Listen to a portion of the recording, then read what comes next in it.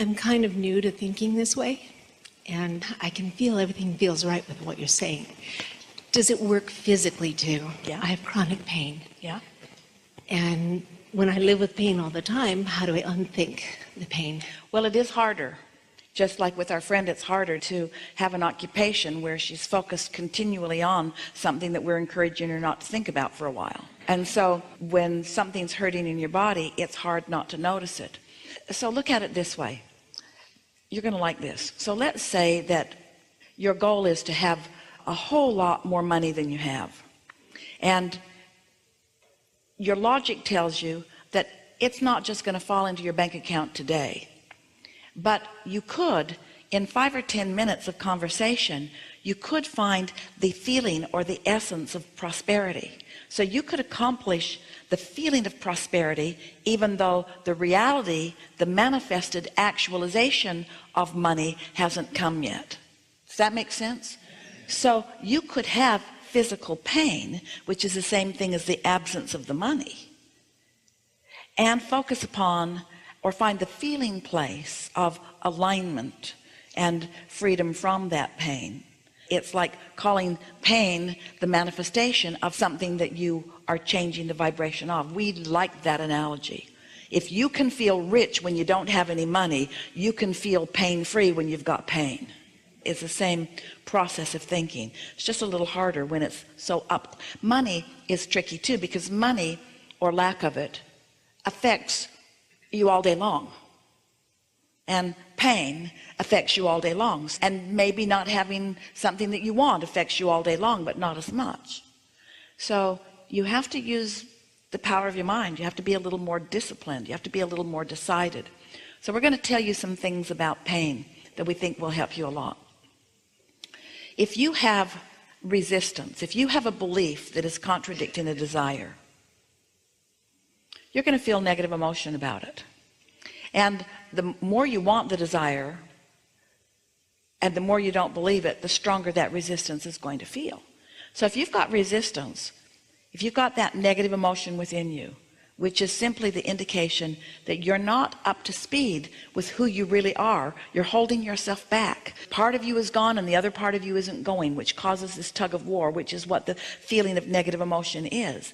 If you've got negative emotion and you don't recognize it and do something to soften it, it will get bigger.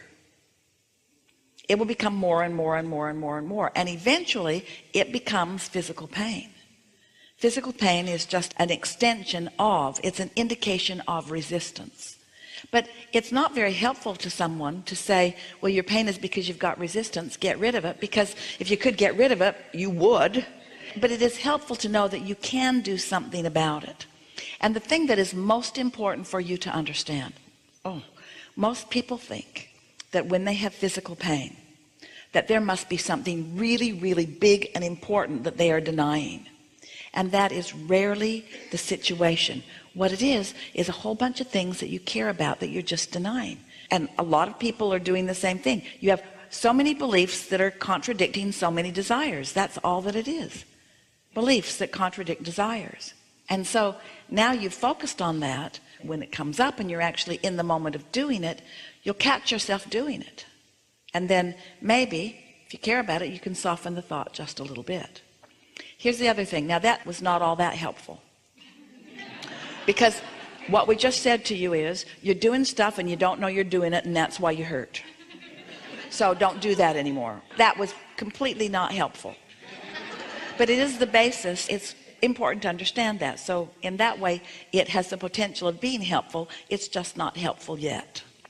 But this will be helpful right away.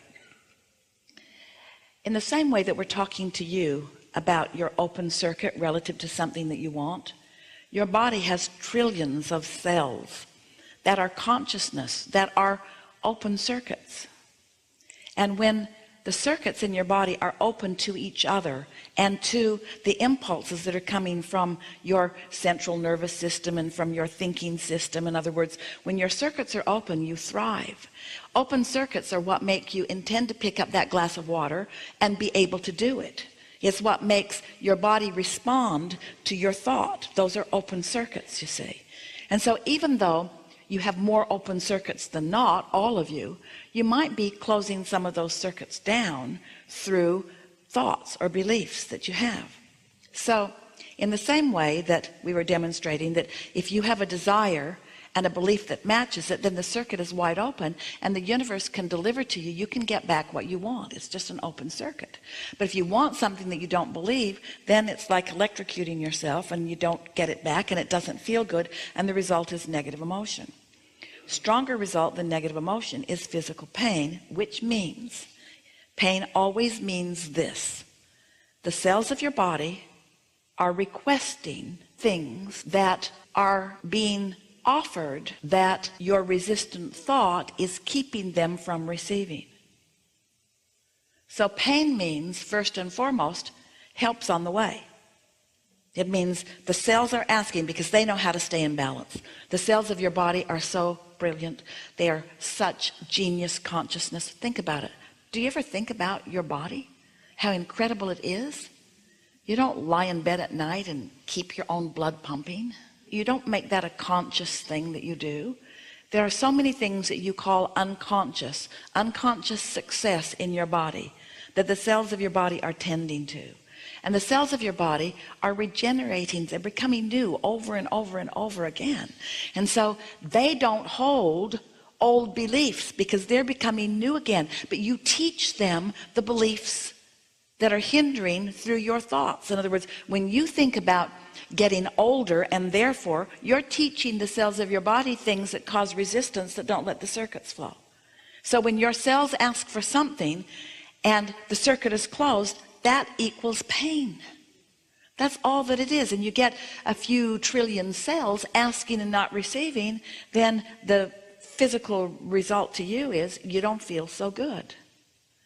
Did you hear us when we said it's not a big thing? You don't have some big, terrible, hairy, secret doubt within you. It's just a whole bunch of stuff. Like, I'd like to do that, but I can't. Something that simple. And just multiply that by a few dozen times a day, about a few hundred subjects, and then you've got resistance. That's all that it is.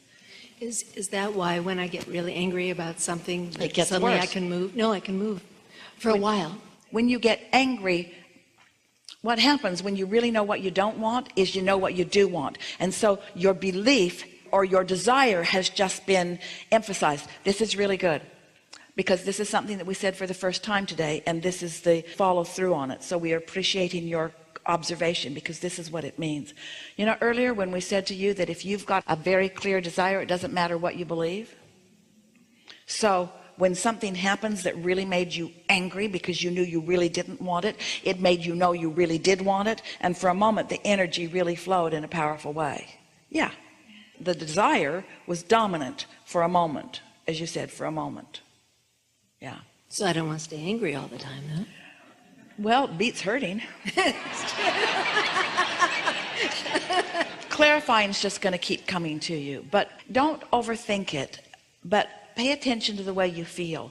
Haven't you noticed that all of you, we're asking all of you that, but you'll be able to answer this specifically too, but all of you think about this. Isn't one of the most uncomfortable moments that moment of indecision? About anything. Should I do this or should I do that? That uncomfortable decision, it's kind of like you're just sort of paralyzed. And then isn't the opposite true when you've decided something? When you decide something, don't you then feel like getting into motion? Don't the ideas begin flowing? Doesn't the magic start happening once you've decided about something? And so the same thing is true about this. The helpful things that we've given you here. First of all, there's not anything big that's gone wrong. You don't have some big belief that is hindering you. You just have, like almost everybody else, a lot of hindering thoughts about things that do matter to you. And our friend who said earlier, I just decided not to care. I just accepted that I was probably not going to get called on.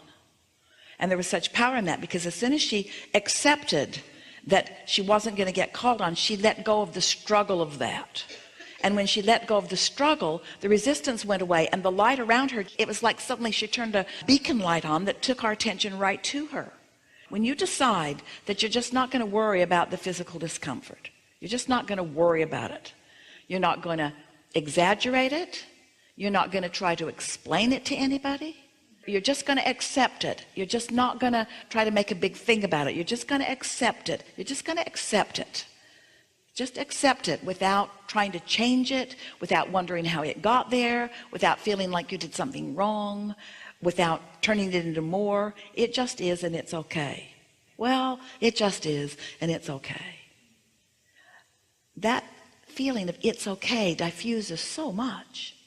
One day, not too long ago, Esther was in a hotel like this, and she was going through the kitchen back to her suite on the segment of refreshment, and she rides the service elevator because it's a more direct route up. She doesn't bump into so many of you. So she got on the elevator with a man who belongs on the elevator because he works back there, and he saw Esther and knew she didn't belong. And so he explained to her, there's another elevator for you. And Esther's looking at him. He was so sweet.